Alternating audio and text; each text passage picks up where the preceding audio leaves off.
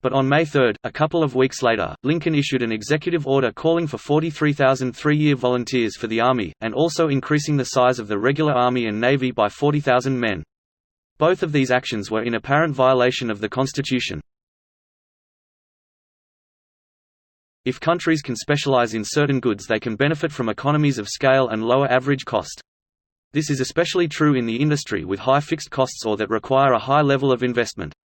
The benefits of the economy of scale will ultimately lead to lower prices for consumers and greater efficiency for exporting firms.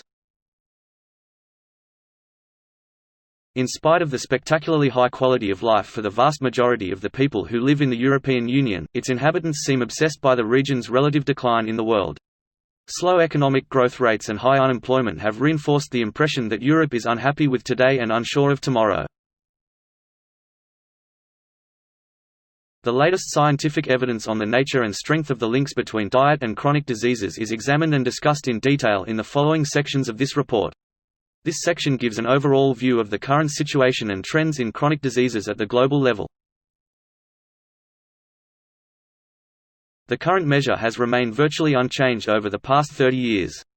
Yet during that time, there have been marked changes in the nation's economy and society and in public policies that have affected families' economic well-being, which is not reflected in the measure.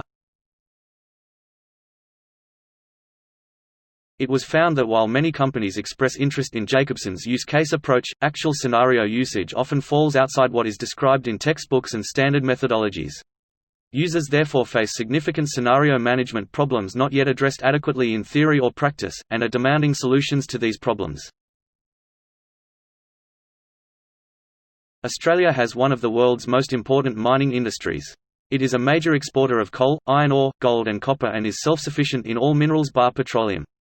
Since the first discoveries, the coal in 1798, mineral production has risen every year in the decade to 1992 it doubled.